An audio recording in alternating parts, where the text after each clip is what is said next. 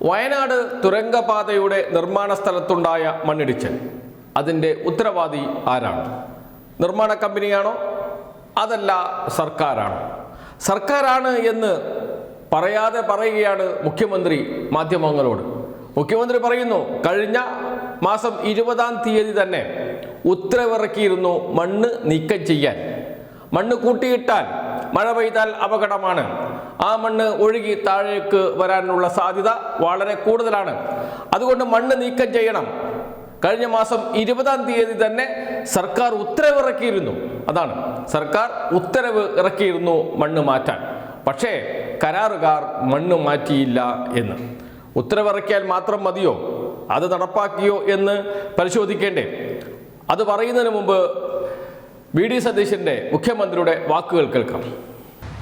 ഇത് മുൻകൂട്ടി ഈ മണ്ണ് നീക്കം ചെയ്യണം എന്ന് ആവശ്യപ്പെട്ടിട്ടുള്ളതായിരുന്നു. ജില്ലാ കളക്ടറും ഡിസാസ്റ്റർ മാനേജ്മെന്റ് അതോറിറ്റിയുടെ ചെയർമാനും 20-ാം തീയതി തന്നെ ഉത്തരവിറക്കി ഇതെല്ലാം നീക്കം ചെയ്യണമെന്ന് പറഞ്ഞിരുന്നതാണ്.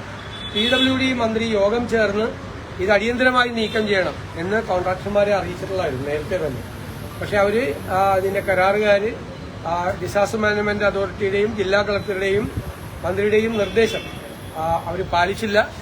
കനത്ത മഴ ഉണ്ടായിരുന്നു എന്നാണ് റിപ്പോർട്ട്. രാവിലെ 225 സെന്റിമീറ്റർ മഴ പെയ്തു എന്നുള്ളതാണ്. ഇപ്പോഴും മഴയുണ്ട്. വലിയ മഴയല്ലെങ്കിലും രക്ഷാപ്രവർത്തനത്തിന് പ്രയാസം ഉണ്ടാക്കുന്ന തരത്തിലുള്ള മഴയുണ്ട്. ഇതൊരു ചെളി കലർന്ന മണ്ണാണ്. അവിടുത്തെ മണ്ണിന്റെ ഘടന വളരെ വ്യത്യാസമാണ്. അതിങ്ങനെ സ്ക്രാപ്പ് ചെയ്താണ് വെച്ചിരുന്നത്. അത് നിലനിൽക്കുന്നതല്ല എന്ന് ഡിസാസ്റ്റർ മാനേജ്മെന്റ് അതോറിറ്റി അവിടെ പോയി തന്നെ കണ്ടു പരിശോധിച്ച് ബന്ധപ്പെട്ടവർക്ക് അവിടെ ആവശ്യപ്പെട്ടിരുന്നതാണ്. ഇത് കരാറുകാരാണ് അത് നീക്കം ചെയ്യാറുണ്ട്. എനിക്കട്ടെ, അവിടെ ഈ മണ്ണ് കൂട്ടിയിട്ടിരിക്കുന്നതാണ് പ്രശ്നം. മഴ പെയ്താൽ അത് അപകടത്തിലാകും, അത് അപകടത്തിലേക്ക് പോകും എന്നതും മൺസൂണല്ലേ, പോകുമെന്നും മുൻകൂട്ടി ജില്ലാ കളക്ടർ തന്നെ ഉത്തരവായിട്ട് ഇറക്കിയിട്ടുണ്ടായിരുന്നു. ഉത്തരവിന്റെ കോപ്പി എന്റെ കയ്യിലുണ്ട്. 20-ാം തീയതി തന്നെ ഇറക്കിയതാണ്. പിന്നീട് PWD മിനിസ്റ്റർ പോയിട്ട് അവിടെ യോഗം ചേർന്നതാണ്.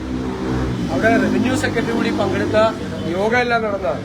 ഗവൺമെന്റിന്റെ ഭാഗത്തു നിന്നും ഡിസാസ്റ്റർ മാനേജ്മെന്റ് അതോറിറ്റിയിൽ നിന്നും അവർ ചെയ്യാൻ കഴിയുന്ന എല്ലാം ഇത് ചെയ്തിട്ടുണ്ടായിരുന്നു. അവരത് അനുസരിച്ചില്ല എന്നുള്ളതാണ് ഏറ്റവും പ്രധാനപ്പെട്ട പ്രശ്നം. ഒരു തരത്തിൽ പറഞ്ഞാൽ കുറ്റം സമ്മതിക്കുകയാണ് ചെയ്യുന്നത് വി ഡി സതീശൻ. നേരത്തെ മന്ത്രിമാരായ PK ബഷീർ പൊതുമരാമത്ത് വകുപ്പ് മന്ത്രിയാണ്. അദ്ദേഹത്തിനാണ് തുരങ്ക നിർമ്മാണത്തിന്റെ മേൽനോട്ട ചുമതല. പൊതുമരാമത്ത് വകുപ്പിനാണ്. പൊതുമരാമത്ത് വകുപ്പ് മന്ത്രിയും ഇടപെട്ടിരുന്നു എന്നാണ് പറയുന്നത്. എന്ന് വെച്ചാൽ മന്ത്രി ഇടപെട്ട് മന്ത്രിതല യോഗം നടന്നിരുന്നു. അവിടെയും തീരുമാനമെടുത്തിരുന്നു മണ്ണ് മാറ്റാൻ. പക്ഷേ നടപ്പാക്കിയില്ല. നടപ്പാക്കാൻ ഉത്തരവാദിത്വം ആർക്കാണ്? കരാർ കമ്പനിക്കാണ്. അവർ നടപ്പാക്കിയോ എന്ന് പരിശോധിക്കാനുള്ള ഉത്തരവാദിത്വം ആർക്കാണ്? സർക്കാരിനാണ്. 20-ാം തീയതി മുതൽ ഈ പ്രശ്നം പല രൂപത്തിൽ സർക്കാർ തന്നെ പല തലത്തിൽ ചർച്ച ചെയ്യുന്നുണ്ട്, തീരുമാനമെടുക്കുന്നുണ്ട്. പക്ഷെ തീരുമാനങ്ങൾ ഒന്നും നടപ്പാകുന്നില്ല. തീരുമാനങ്ങൾ നടപ്പാക്കേണ്ടവർ തീരുമാനമെടുത്ത് നിർദ്ദേശങ്ങൾ നൽകി തിരിച്ചു പോവുകയാണ്. പിന്നീട് അടുത്ത നിർദ്ദേശം നൽകാനാണ് പോകുന്നത്.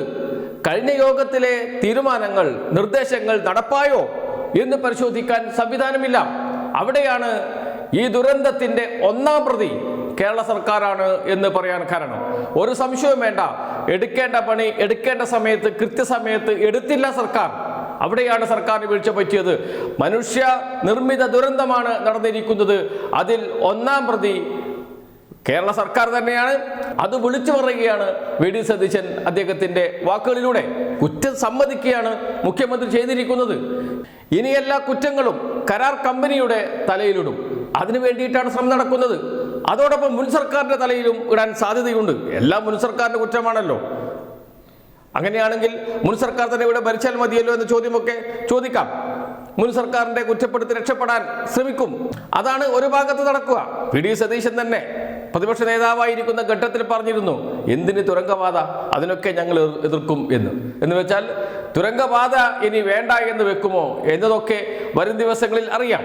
എന്തായാലും ഈ ദുരന്തമുണ്ടായത്, ആ ദുരന്തത്തിന്റെ ഉത്തരവാദിത്വത്തിൽ നിന്ന് സർക്കാരിനെ കൈകഴുകി രക്ഷപ്പെടാൻ കഴിയില്ല. കരാർ കമ്പനിയുടെ തലയിൽ വെച്ചോ ഉദ്യോഗസ്ഥരുടെ തലയിൽ വെച്ചോ രക്ഷപ്പെടാമെന്ന് കരുതരുത്. നിങ്ങളുടെ ഉത്തരവാദിത്വം മന്ത്രിമാർ അവർ നിർവഹിച്ചില്ല. നിർദ്ദേശം കൊടുക്കൽ മാത്രമല്ല മന്ത്രിയുടെ ഉത്തരവാദിത്വം, ആ നിർദ്ദേശങ്ങൾ നടപ്പായോ എന്ന് പരിശോധിക്കുക കൂടിയാണ്. അതിൽ നിന്ന് സർക്കാരിനെ കൈകഴുകാൻ കഴിയില്ല. അതുതന്നെയാണ് വി ഡി സതീശനും മുഖ്യമന്ത്രിയും പറയാതെ പറഞ്ഞത്. അദ്ദേഹം പറഞ്ഞ തീയതികൾ തന്നെ ഈ സർക്കാരിൻ്റെ കഴിവുകേടിൻ്റെ പ്രതിഫലനമായി മാറിയിട്ടുണ്ട്.